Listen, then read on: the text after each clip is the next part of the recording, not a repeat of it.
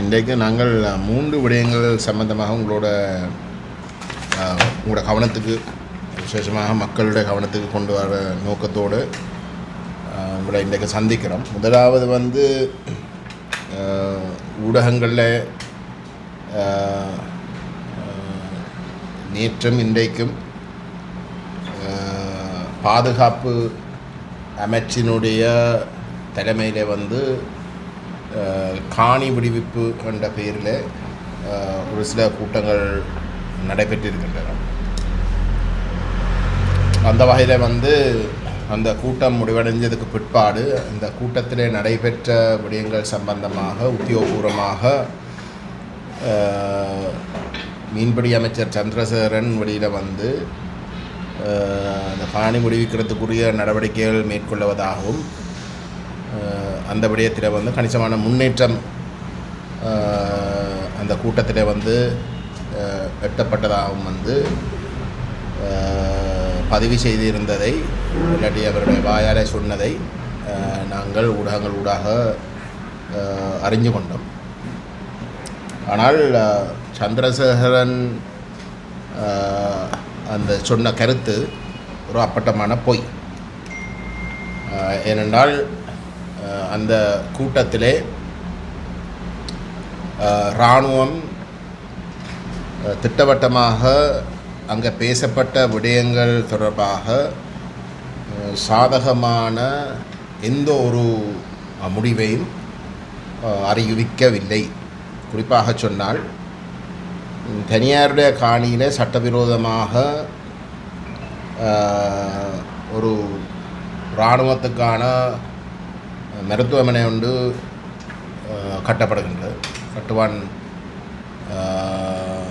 நலகட்டுவன் வசவலன் பிரதேசத்தில் அந்த தனியார் எங்களிடம் அந்த விடயம் சம்பந்தமாக ஆவணங்கள் வழங்கி இருக்கிறது. அந்த ஆவணங்கள் தெளிவாக அந்த தனியாருடைய கட்டுப்பாட்டில் அந்த காணி அமைந்து இருப்பது நிரூபிக்கப்படுகின்றது. அப்படி இருக்கவும் அந்த காணி சட்டபூர்வமாக சுவீகரிக்கப்படாமல் இன்றைக்கு சட்டவிரோதமாக எப்படி தையட்டியில் சட்டவிரோத கட்டடம் ஒன்று கட்டப்பட்டு அது விஹாரை என்று சொல்லப்படுதோ, அதே மாதிரி இன்றைக்கு சட்டவிரோதமாக ஒரு கட்டடம் ஒன்று கட்டப்பட்டு அது இராணுவத்துடைய மருத்துவமனை என்று சொல்லப்படுகின்றது. இந்த விடயம் பேசப்பட்ட இடத்துல இராணுவம் திட்டவட்டமாக அந்த காணியை தாங்கள் விடுவிக்கப் போவதில்லை என்று அறிவித்திருக்கிறார். அன்றகுமார் திசாநாயக்க பல தடவைகள் சொல்லியிருந்தது, இராணுவத்துடைய வேலை இராணுவ ரீதியாக செயற்படுறதே தவிர தனியாருடைய காணிகளில் போய் குந்தி நிற்கிறதா இல்லை. அப்படி சொல்லி இருக்கவும் இன்றைக்கு இராணுவம் அந்த தனியாருடைய காணியிலே சட்டவிரோதமாக அவர்கள் செய்கிற அந்த அநியாயத்தை தாங்கள் நிறுத்துறதுக்கு தயாரில்லை என்றும், அதை தொடர்ந்தும் தாங்கள் அதை கட்டி தங்களுடைய தேவைக்காக பயன்படுத்தப் போவதாகவும் சொல்லியிருந்தார். அது மட்டுமல்ல அந்த காணியை சுற்றி இருக்கக்கூடிய அயல் காணிகளையும், குறிப்பாக சொன்னால் ஒரு விளையாட்டு மைதானம் போன்ற ஒரு காணியையும் கூட அவர்கள் சுவீகரிக்கிறதுக்கும் சட்டவிரோதமாக தொடர்ந்தும் ஆக்கிரமித்து கொண்டு இருப்பதற்கும் தாங்கள் தீர்மானித்திருப்பதாகவும் அறிவித்திருக்கிறார்கள். 2வது விடயம், ஆகவே அதில் எந்த ஒரு முன்னேற்றமும் இல்லை. அது ஒரு படு ஏமாற்றத்தை அளிக்கின்ற ஒரு விடயம். 2வது விடயம் ராஜேஸ்வரி அம்மன் கோயில் தொடர்பாக அந்த கோயிலுக்கு போகிறதுக்குரிய பாதையை விடுவிக்க சொல்லி மக்களுடைய பாவனைக்கு விடுவிக்க சொல்லி கேட்டிருந்தோம். அதில் அடையாள அட்டையை காட்டி அந்த பாதையை பயன்படுத்தலாம் என்று சொல்லப்பட்டிருக்கு அந்த கூட்டத்தில். அது ஒரு அப்பட்டமான பொய்.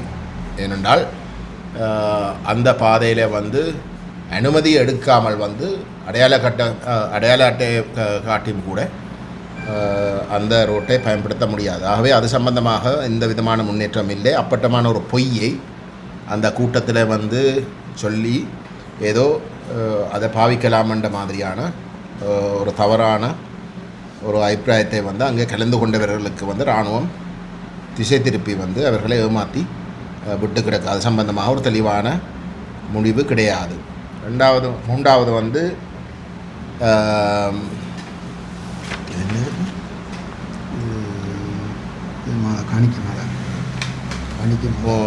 காணிக்கை மாதா கோயில் மயிலட்டி துறை தெற்கு அங்கேயும் வந்து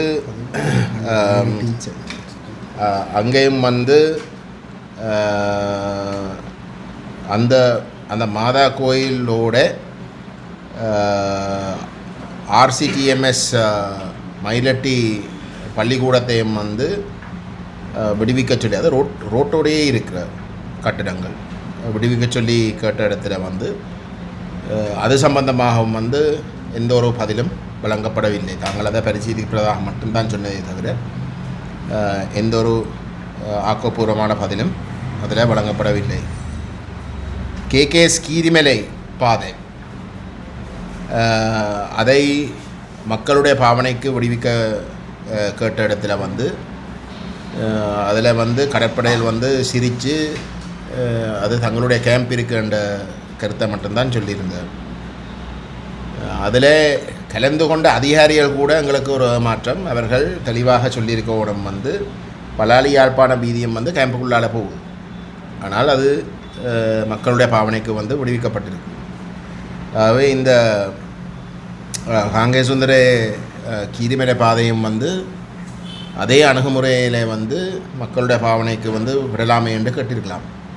ஆனால் அது கேட்கப்படவில்லை. அது சம்பந்தமாகவும் வந்து எந்த விதமான முடிவும் இல்லை. மாறாக வந்து கடற்படைகளுடைய சிரிப்பினுடைய அர்த்தத்தை நாங்கள் எடுத்துக்கொண்டால் வந்து அவர்கள் அதை விடுவிக்கப் போவதில்லை என்றதான் முடிவு. காங்கேசந்துறை சந்தி பிரதேசத்தில் இருக்கக்கூடிய ஒரு சிறுவர் பூங்கா, விளையாட்டு பூங்காக்கு செல்வதற்கு வந்து பாதை இல்லை என்றால் இராணுவம் அந்த இடத்தை வந்து ஆக்கிரமித்து வச்சிருக்கிற இடத்துல வந்து பொதுமக்கள் வந்து பாவிக்க இல்லாத ஒரு நிலைமை தொடருது. அது சம்பந்தமாகவும் வந்து அவர்கள் திட்டவட்டமாக எல்லாம் சுவமாக வந்து அனுமதி கொடுத்திருக்கக்கூடிய விஷயங்கள், அது சம்பந்தமாக வந்து அனுமதி வழங்கப்படவில்லை. இதே போன்று வேறு ஒரு சில விஷயங்கள் பேசப்பட்டும் எந்த ஒரு விடயம் சம்பந்தமாகவும் சாதகமான ஒரு அறிவிப்பு எதுவுமே வழங்காமல் தான் அந்த கூட்டம் முடிஞ்சது. நாங்கள் பொறுப்போடு சொல்கிறோம் வந்து எந்த விதமான மக்கள் பக்கத்தில் இருந்து மக்கள் எதிர்பார்க்கின்ற எந்த ஒரு முடிவும் சாதகமாக எடுக்காமல் ஒன்றில் அதை பரிசீலிப்போம் என்று தட்டி கழித்தது, இல்லாட்டி வந்து செய்ய இயலாண்டு திட்டவட்டமாக வந்து நிராகரித்து அந்த கோரிக்கையிலே மக்களிட பக்கம் இருந்து வந்த கோரிக்கையில் வந்து நிராகரித்ததாகத்தான் அந்த கூட்டம் உடைய முடிவுகள் அமைந்திருந்ததே தவிர சாதகமாக எந்த ஒரு முடிவும் வழங்கப்படவில்லை. ஆனால் இந்த அமைச்சர் ஊடகங்களை வந்து மூடின அறைக்குள்ளே நடைபெற்ற இந்த கூட்டம் முடிய மக்களால் தெரிவு செய்யப்படாத ஒரு அமைச்சர் வந்து அவருடைய வாழ்நாளே வந்து ஜேவிபியுடைய தேசிய பட்டியல் ஊடாக பதவி வகிக்கிற ஒரு அமைச்சர் வந்து ஊடகங்களுக்கு வந்து முன்னால் சொல்கிறார் வந்து சாதகமான பல விடயங்கள் எடுக்கப்பட்டதாகவும் வந்து அது எதிர்காலத்தில் வந்து எல்லாம் தீர்க்கப்படும் என்ற ஒரு அப்பட்டமான வளமை போல ஒரு அப்பட்டமான பொய்யை சொல்லியிருக்காங்க. இந்த பொய்யை மக்கள் மட்டத்திலே வந்து விதைக்கிறதுக்காகத்தான் மக்களால் தெரிவு செய்யப்பட்ட பாராளுமன்ற உறுப்பினர்கள் வந்து அவர்களுடைய கட்சி சாராத பாராளுமன்ற உறுப்பினர்களுக்கோ ஏனைய மக்களால் தெரிவு செய்யப்பட்ட உள்ளூராட்சி உறுப்பினர்களுக்கோ, வெலிகாமம் வடக்கப்பட்டி கதைக்கிறாண்டா வந்து எங்களுக்கும் அந்த வெலிகாமம் வடக்குனுடைய உள்ளூராட்சி சபையினுடைய தலைவருக்கும் இடையில பாரிய வேறுபாடுகள் இருக்கலாம். ஆனால் அந்த தலைவரை வந்து கூப்பிட்டு அந்த சபையினுடைய உறுப்பினர்கள் கூப்பிட்டு அப்படிங்க சொல்கிறேன். ஏனென்றால் அந்த சபையினுடைய உறுப்பினர்கள் வந்து மக்களுக்கு பதில் சொல்லணும். மக்களால் தெரிவு செய்யப்படாதவர்கள் வந்து என்னத்தையும் சொல்லி போட்டு போகலாம். ஆனால் தெரிவு செய்யப்பட்டவர்களை கூப்பிடாமல்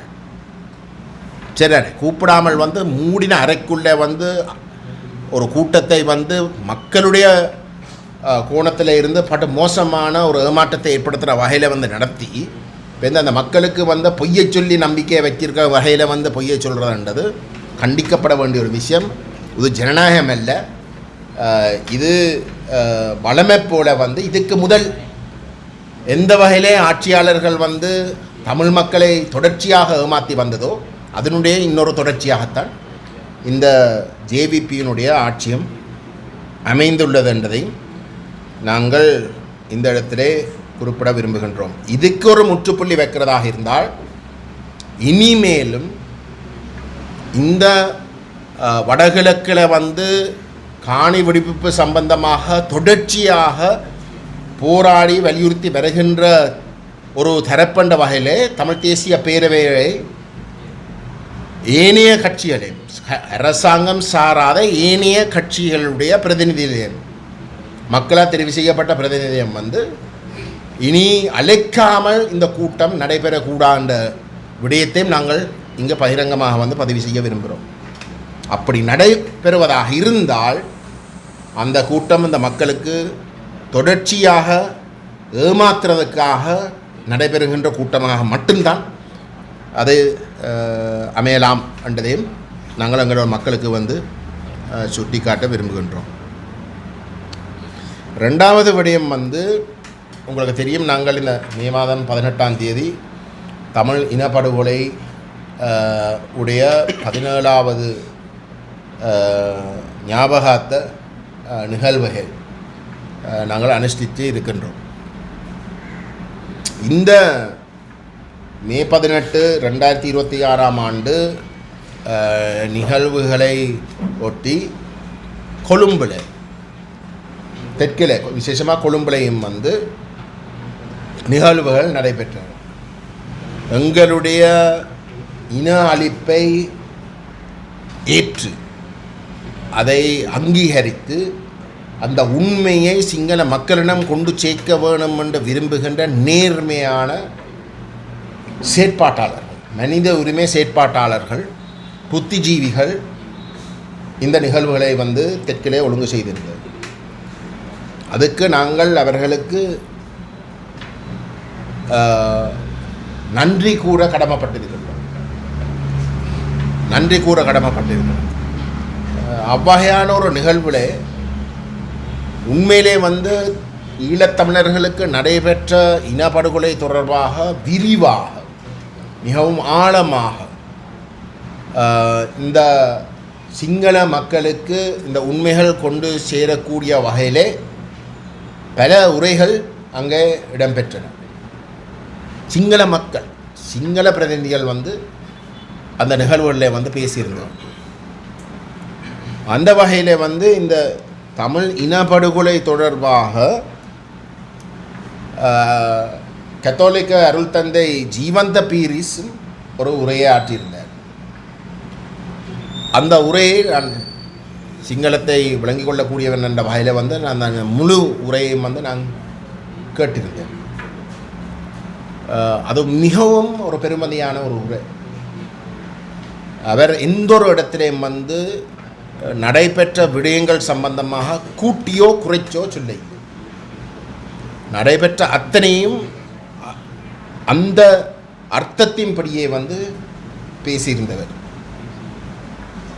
அது மட்டும் இல்லாமல் பல ஆதாரங்களோடு வந்து அவருடைய நிலைப்பாடு, அதாவது நடைபெற்றது வந்து ஒரு தமிழ் இன அழிப்பு என்ற விடயத்தை ஆதாரபூர்வமாக பேசுவதற்கு அவர் கணிசமான ஒரு முயற்சியை மேற்கொண்டது. பல உதாரணங்களை வந்து சுட்டி காட்டினவர்.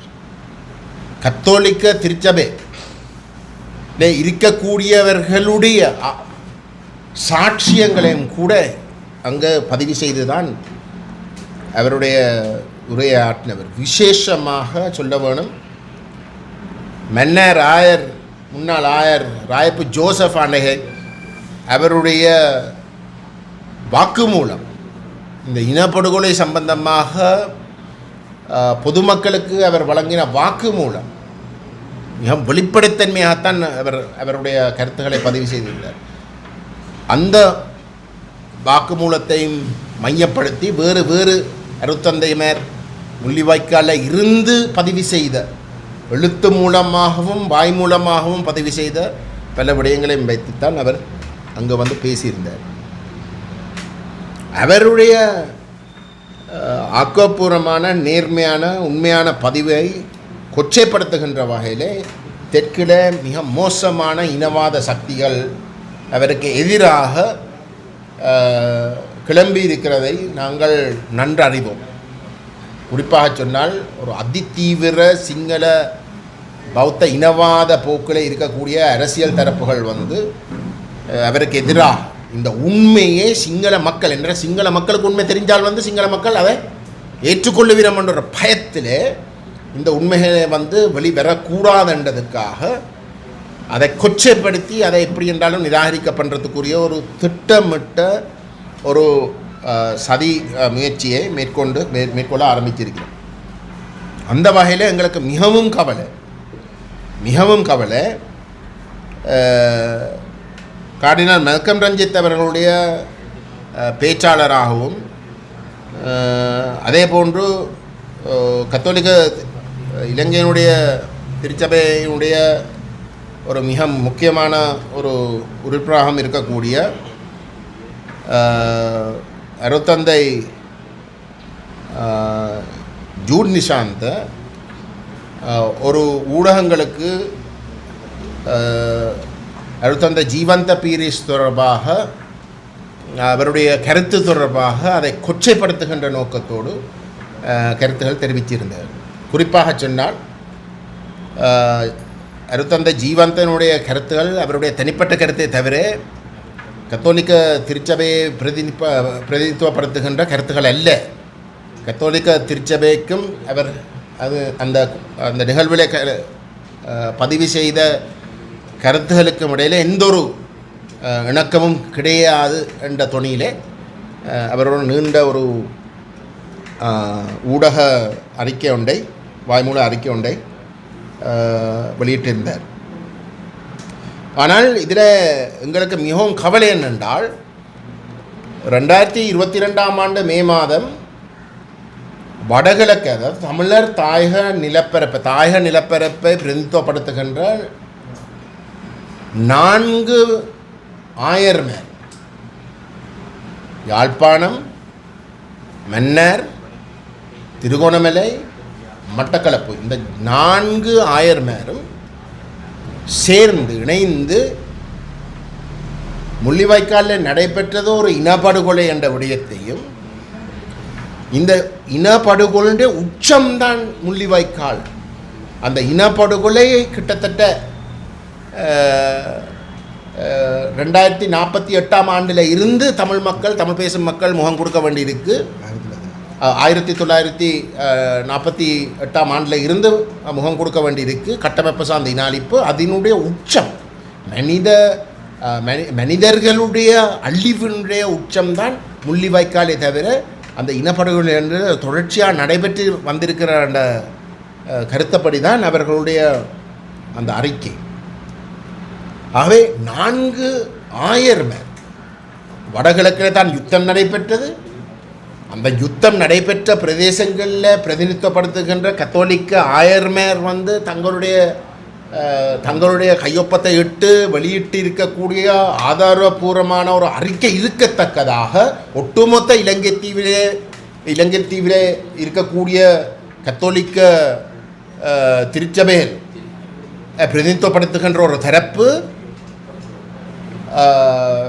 அருள்தந்தை ஜீவந்தவுடைய கருத்து வெறுமனே அவருடைய தனிப்பட்ட கருத்தாக அதை கொச்சைப்படுத்தி அது கத்தோலிக்க திருச்சபையுடைய நிலைப்பாடு இல்லை என்று சொல்வது எங்களுக்கு ஒரு மிகுந்த ஏமாற்றத்தையும் கவலையையும் தருகின்றது. ஏனென்றால் கத்தோலிக்க திருச்சபைன்றது உலகப்பூர்வமாக நீங்கள் எடுத்து பார்த்தால் வந்து பாதிக்கப்பட்ட மக்களுடைய பக்கம்தான் இருக்க வேண்டும் என்றது அவர்களுடைய ஒரு கொள்கை. இன்றைக்கு வந்து பரிசுத்த பாப்பரசரை எடுத்து பார்த்தீங்கன்னா வந்து அவருடைய சொந்த நாடு அமெரிக்கா, அவருடைய சொந்த நாட்டினுடைய தலைவர் வந்து மத்திய கிழக்கில் விசேஷமாக வந்து பலஸ்தீனில் வந்து செய்கிற அநியாயங்கள் தொடர்பாக வெளியிடுகின்ற கருத்தை கண்டிக்கிறார். கண்டித்து அந்த மக்கள் குரலில்லாத மக்களுடைய பக்கம் துணிஞ்சு நின்று அந்த உண்மைகளை வந்து பதிவு செய்கிறார். அதுதான் கத்தோலிக்க திருச்சபையினுடைய விசேஷத்தன்மை. அவர்கள் ஒவ்வொரு கட்டத்திலையும் வந்து பாதிக்கப்படுற மக்களுடைய பக்கம் இருக்க வேணும் என்ற ஒரு கொள்கை கொண்டிருக்கிறவர்கள். அப்படிப்பட்ட ஒரு இடத்துல இலங்கை தீவில் வந்து இருக்கக்கூடிய ஒரே ஒரு கட்டமைப்பாக வந்து இருக்கின்ற இடத்துல அந்த கட்டமைப்புக்குள்ளே வந்து வடகிழக்கை விசேஷமாக போர் நடைபெற்ற பிரதேசத்தில் இருக்கக்கூடிய அத்தனை ஆயர்மார்கள் ஏகமனதாக வந்து நடைபெற்ற ஒரு இனஅழிப்பு என்ற கருத்தை பதிவு செய்திருக்கிற ஒரு நிலையில் 2022ஆம் ஆண்டே வந்து உத்தியோகபூர்வமாக வந்து அவர்கள் தெரிவிச்சிருந்த ஒரு நிலையிலே அந்த கருத்தை தான் அருள்தந்தை ஜீவந்த பீரிஸ் அவர்கள் வந்து மையப்படுத்தி சிங்கள மக்களுக்கு அதை விளங்கப்படுத்துறதுக்கு முற்பட அதை கொச்சைப்படுத்தி அதுவும் அருள்தந்தை ஜீவந்த பீரிஸை தனிப்பட்ட முறையில் அவருடைய பாதுகாப்பையே கேள்விக்குட்படுத்துகிற வகையிலே அவரை தனிமைப்படுத்துறதுன்றது மிகவும் பொருத்தமில்லாத ஒரு செயல், மிகவும் பொருத்தமில்லாத செயல். ஆகவே இப்படி கத்தோலிக்க திருச்சபை வகையிலே நடந்து கொள்ளக்கூடாது. கத்தோலிக்க திருச்சபை வந்து வெறுமனே அரசினுடைய பக்கம் மட்டும் கண்ணை மூடிக்கொண்டு எடுக்கிற ஒரு நிலையிலேயாக இருக்கக்கூடாது. அப்படி இருக்க முடியாது, அது முறையும் இல்லை. இன்னும் ஒரு விஷயத்தையும் சொல்லணும். இதே எங்களுக்கு இருக்கக்கூடிய அந்த ஆதங்கத்தை வெளிப்படுத்துகிற என்ற நோக்கத்தோடு நாங்கள் கத்தோலிக்க திருச்சபையிலிருந்து நாங்கள் எதிர்பார்ப்பது வந்து வேறு ஏதோ, ஆனால் அது ஒன்றும் இல்லாமல் வந்து இவ்வளத்துக்கு வந்து எங்களுக்கு ஒரு ஏமாற்றத்தை கொடுத்திருக்கிறதுக்காக வந்து இன்னொரு விடயத்தை பதிவு செய்ய விரும்புகிறேன். இங்கு பட்டு மோசமாக மன்னர் ஆயர் உட்பட வடகிழக்கை பிரதிநிதித்துவப்படுத்துகின்ற அத்தனை ஆயர்மாரும் வந்து சொல்லியிருக்கிற வந்து நடைபெற்ற வந்து ஒரு இனப்படுகொலை என்று கிட்டத்தட்ட 1,46,000 மக்கள் கிட்ட பொறுப்பு கூற வைக்கணும். அந்த மக்களோட உயிர்கள் தொடர்பாக அந்தளவு தூரத்துக்கு ஒரு மோசமான ஒரு உயிரழிப்பு திட்டமிட்ட வகையில் நடைபெற்றிருக்கின்ற விடயம் பதிவு செய்யப்பட்டிருக்கிற ஒரு இடத்துல ஏகோபித்த வகையில் வந்து தமிழ் மக்கள் ஒரு சர்வதேச குற்றவியல் விசாரணை இதுக்கு அவசியம் என்று வலியுறுத்தி கொண்டு வருகின்றார்கள். ஒவ்வொரு தேர்தலையும் வந்து ஒரு சர்வதேச குற்றவியல் விசாரணை தான் அவசியம் என்று சொல்லி தேர்தலில் போட்டிகின்ற தரப்பு அமோக வெற்றி பெறுகிறது. ஒவ்வொரு தேர்தலையும் வந்து அறுதி பெரும்பான்மைக்கும் கூட பெரிய லெவலுக்கான வாக்கு ஒரு சர்வதேச குற்றவியல் விசாரணை இனப்படுகொலைக்கு விசாரிக்கப்பட வேணும், நடத்தப்பட வேணும் என்று சொல்கிற கருத்தோடு ஒட்டித்தான் அந்த வாக்கு வங்கி இருக்கின்றது. அப்படி இருக்கிற ஒரு நிலையிலே கத்தோலிக்க கார்டினல் மல்கம் ரஞ்சித் அவர்கள் அந்த விடயத்தை கேட்டிருக்கலாம். உண்மையிலே அறிய விரும்புகிற ஒரு தரப்பென்றால் வந்து அந்த கோரிக்கையை வந்து அரசாங்கத்துக்கு கேட்டிருக்கணும். ஒட்டுமொத்த தமிழினமும் அதை கேட்கின்ற இடத்துல அதை கணக்கில் எடுக்காமல் வந்து அவர் அதை தட்டி கழித்தவர். ஆனால் அதே நேரம் உயிர்த்த ஞாயிறு பட்டு மோசமான கொலை நடைபெற்ற பொழுது அந்த இடத்துல வந்து ஒரு சர்வதேச குற்றவியல் விசாரணை அவசியம் என்ற கருத்தை அதில் வந்து தெரிவு செய்கிறாரா. கட்டாயம் ஒரு சர்வதேச குற்றவியல் விசாரணை ஒன்று உயிர்த்த ஞாயிறு தாக்குதல் தொடர்பாக நடைபெற வேண்டும்ன்றதில் மாற்று கருத்து இருக்க முடியாது. அதுவும் ஏனென்றால் வந்து அந்த தாக்குதலில் வந்து இங்கே இருக்கக்கூடிய பாதுகாப்பு உறுதிப்படுத்த வேண்டிய தரப்பும் அதில் சம்பந்தப்படினம் அந்த குற்றத்தோடு சம்பந்தப்படுற இடத்துல அரசினுடைய கட்டுமானங்களும் அதோட சம்பந்தப்பட்டிருக்கிற தெரிஞ்சிருக்கிற இடத்துல அதே அரசு அதே கட்டுமானங்கள் வந்து அவ்வகையான ஒரு குற்றத்தை விசாரிக்க முடியாது. ஏனென்றால் குற்றவாளி தன்னுடைய சொந்த குற்றத்தை வந்து விசாரிக்கிறது சமமான ஒரு விஷயம். அவர் சர்வதேச குற்றவியல் விசாரணையை உயிர்த்த ஞாயிறு தாக்குதல் தொடர்பாக கேட்பது நியாயம், அதை கட்டாயம் கேட்கத்தான் வேணும். அதே போன்று அந்த நியாயம் உயிர்த்த ஞாயிறு தாக்குதலுக்கு வந்து சரியாக இருந்தால் தமிழ் மக்களுக்கு நடைபெற்ற இன அழிப்புக்கு, முள்ளிவாய்க்கால் உச்சமடைந்த இன அழிப்புக்கும் ஒரு சர்வதேச குற்றவியல் விசாரணையை தவிர்க்க முடியாது. ஆனால் இதுவரைக்கும் வந்து கத்தோலிக்க திருச்சபை அது விசேஷமாக வந்து கார்டினல் மேல்கம் ரஞ்சித் அவர்கள் அந்த கோரிக்கையை முன்வைக்காமல் இருப்பது ஒட்டுமொத்த தமிழினத்துக்கு கத்தோலிக்க மக்களை மிகவும் நேசிக்கிற வடகிழக்கில் வந்து தமிழ் மக்களுக்கு நடைபெறுகின்ற அநியாயங்களுக்கு வந்து வடகிழக்கில் இருக்கக்கூடிய கத்தோலிக்க ஆயர்மாரும் அவர்களுடைய திருச்சபையில் இருக்கக்கூடிய உறுப்பினர்களும் வந்து பக்கபலமாக வந்து பாதிக்கப்பட்ட மக்களுடைய பக்கம் இருக்கிற ஒரு சந்தர்ப்பத்தில் வந்து அதனுடைய தலைவராக இருக்கக்கூடிய கார்டினல் மேல்கம் ரஞ்சித் அவர்கள் இந்த விஷயத்தை வலியுறுத்தாமல் இருப்பதை வந்து எங்களுக்கு ஒரு மிக பெரிய ஒரு ஏமாற்றமும் அது ஒரு தவறான ஒரு முன்னுதாரணமாக இருக்குது. அவர் அதை பரிசீலனை செய்ய வேணும் என்பதை நாங்கள் இந்த இடத்துல வந்து பதிவு செய்ய விரும்புகிறோம். குறிப்பாக அருள் தந்தை ஜீவந்த பீரிஸினுடைய உயிர் பாதுகாக்கப்பட வேணும். உண்மையை பேசியிருக்கிற ஒருவர், அவருடைய உயிர் இன்றைக்கு ஒரு அச்சுறுத்தலுக்கு உட்படுத்துகின்ற வகையில் இன்றைக்கு தெற்கில் இருக்கக்கூடிய இனவாத சக்திகள் அங்கே ஒரு கருத்துவாக்கம் செய்து கொண்டிருக்கின்ற இந்த சந்தர்ப்பத்தில் அவர் சார்ந்த திருச்சபை அவரை கைவிடக்கூடாது என்ற விடயத்தையும் நாங்கள் கடுமையாக வலியுறுத்த விரும்புகின்றோம். இறுதியாக வந்து யாழ்ப்பாண பிராந்திய ஒருங்கிணைப்பு குழு கூட்டம் நடைபெற்றது.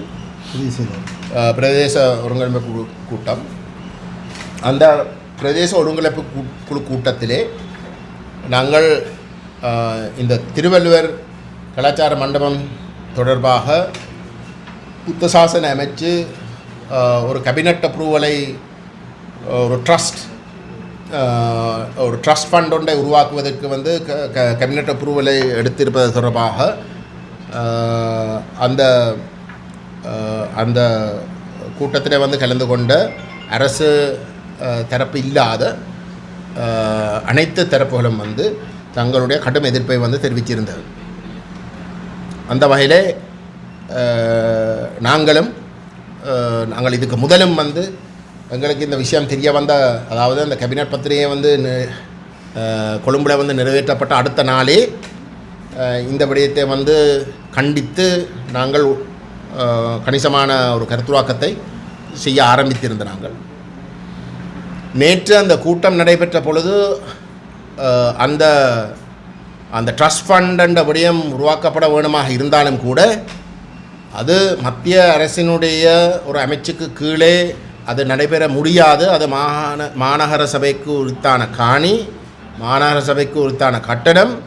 அவ்வகையிலே இருந்தால் வந்து அது மாநகர சபையினுடைய கட்டுப்பாட்டுக்கு உள்ளே இருக்கக்கூடிய ஒரு ட்ரஸ்ட் ஃபண்டாக மட்டும்தான் இருக்கலாமே தவிர அது கடைசி வரைக்கும் வந்து மத்திய அரசினுடைய அமைச்சினுடைய ஒரு கட்டுப்பாட்டுக்குள்ளே இருக்கக்கூடிய ஒரு விஷயமாக இருக்க முடியாது, இருக்கவும் கூடாதுன்ற விஷயத்தை நாங்கள் தெளிவாக சொல்லியிருந்தோம்.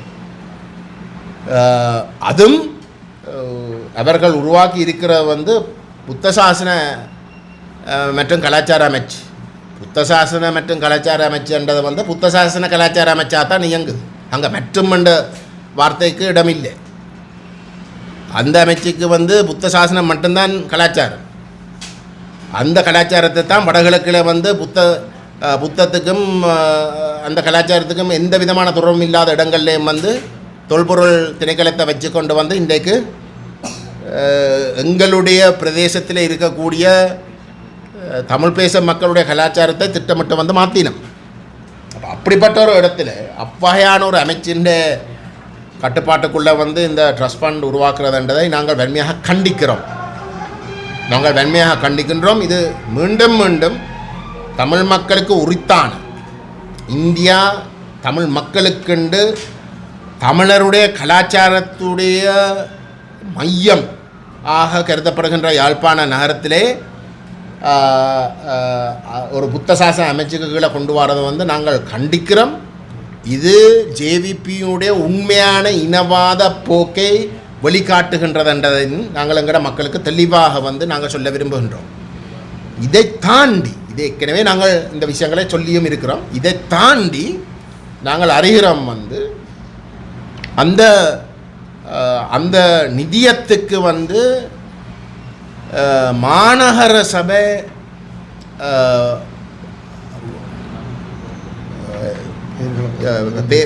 என்ன மாநகர சபை ரெக்கமெண்ட் பண்ண பெயர்களை முற்றுமுழுதாக புறக்கணித்து அவர்கள் குறிப்பாக வந்து ஜேவிபிக்கு சார்பாக இருக்கக்கூடிய இல்லாட்டி அவையோட ஒத்துப்போகக்கூடிய இல்லாட்டி அவையுடைய நிலைப்பாட்டுக்கு மாறாக ஒரு சுயாதீனமாக இயங்க முடியாத இல்லாட்டி இயங்க போக இல்லாத தரப்புகளை வந்து அவர்கள் நியமித்திருப்பதாக வந்து நாங்கள் அறிகிறோம். முதலாவது வந்து மாநகர சபையுடைய ஆலோசனைகளின் அடிப்படையிலே பெயர்களை வந்து மத்திய அரசில் இருக்கக்கூடிய ஒரு ட்ரஸ்ட் ஃபண்டுக்கு வந்து கொடுக்குறதே பிள்ளை அடிப்படையில் வந்து எங்களை பொறுத்தவரை வந்து மாநகர சபையுடைய ட்ரஸ்ட் ஃபண்டாக தான் இருக்கணும். அதுதான் எங்களுடைய நிலப்பாடு. அதில் நாங்கள் தெளிவு சரி.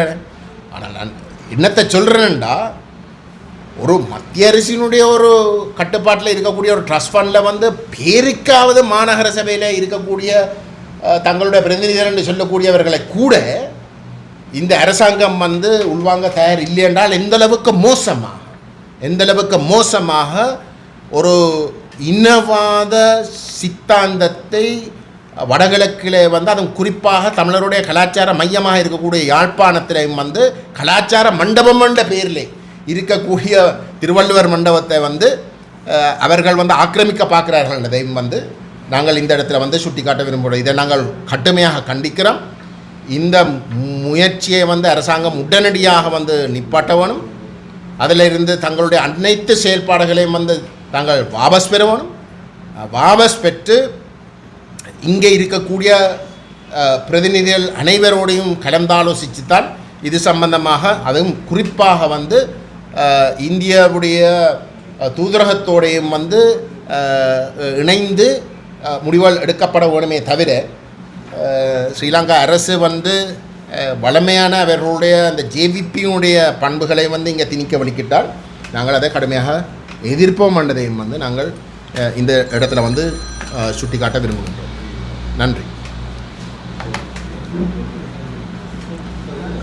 குறிப்பாக வந்து தற்போது வந்து அனுரகுமார திசாநாயகம் முன்னாள் ஜனாதிபதியை வந்து சந்தித்ததாகவும் ஒரு சர்வகட்சி அரசாங்கம் அமைக்கப்படும் சொல்லி ஒரு கருத்து இருக்குது. யார் முன்னாள் ஜனாதிபதி? ரணில் விக்ரமசிங்கே தனிப்பட்ட செய்திகள் ரெண்டு மொண்டு தானே வேறையும். ரணில் விக்ரமசிங்கே வந்து அனுரகுமாரை கூட விரும்பினவர், எஸ்ஜேபியை விரும்பாத வந்து எல்லாருக்கும் தெரியும். அப்போ அந்த வகையில் வந்து அவங்க சிறுவரில் வந்து சேர்ந்து இன்றைக்கு வந்து அரசு தரப்பு வந்து மக்கள் மட்டத்தில் தெற்கில் குறிப்பாக வந்து நிராகரிக்கப்படுற ஒரு சூழல் உருவாகி கொண்டு வாரதை வந்து தடுத்து நிப்பாட்டுறதுக்கு வந்து எஸ்ஜேபியை எப்படி இருந்தாலும் பெற வேண்டாம் என்று தடுக்கிறதுக்காக வந்து அப்படி யோசிக்கக்கூடும். அதை பற்றி எங்களுக்குண்டா ஒன்றும் தெரியா. அப்படி தெரிஞ்சாலும் வந்து அதில் எங்களுக்கு தெரிய வரதில் ஒரு பிரயோசனம் இல்லைன்னா நாங்கள் கடைசி வரைக்கும் கலந்து கொள்ள போகிறது இல்லை. யாழ்ப்பாணம் வந்த தேசிய ஜேவிக்குரிய பொதுச் செயலாளர் ஒரு கருத்தை சொல்லியிருந்தார். மாகாணசபை தேர்தல் வைக்கிறதுக்கு அரசாங்கத்திட்ட நிதி இல்லை, அதெல்லாம் அப்படி போட்டிருக்காங்க. இல்லை, அது அவர் அப்படி சொல்லுகிறார் என்றால் அது அவருடைய என்ன சொல்கிற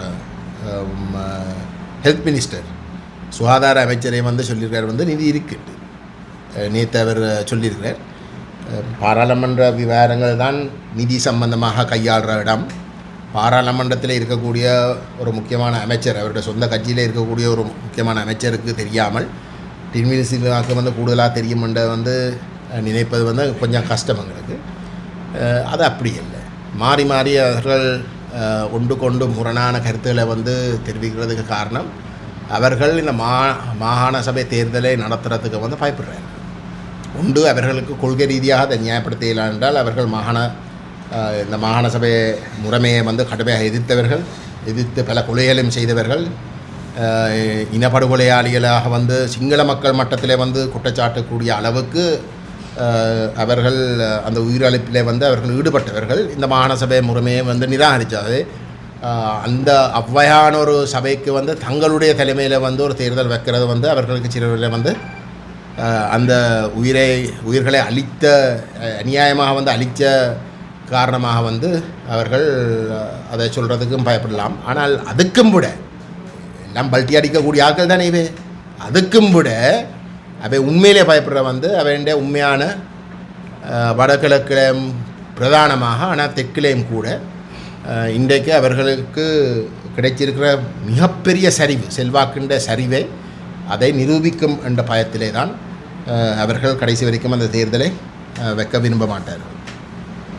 அண்மையில் வந்து கருத்து தெரிவித்த முன்னாள் ராணுவத்துறை சனத்மோசேகா வந்து இறுதிப்போரில் விடுதலை புலிகளின் தலைவருக்கு என்ன நடந்தது என்பது வந்து தெரிவிக்க முடியாத முடியும். அப்படி தெரிவித்தா வந்து அதில் வந்து நினைவு தூவியல் அமைப்பார்கள் என்ற மாதிரி ஒரு கருத்து வந்து தெரிவித்தார். இது சம்பந்தமாக நாங்கள் வந்து முள்ளிவாய்க்காலில் நடைபெற்ற இனப்படுகொலைக்கு வந்து ஒரு நினைவு தூவி அவர் விரும்பினால் இல்லையோ சொன்னாலோ இல்லையோ வந்து நாங்கள் கட்டுவோம்.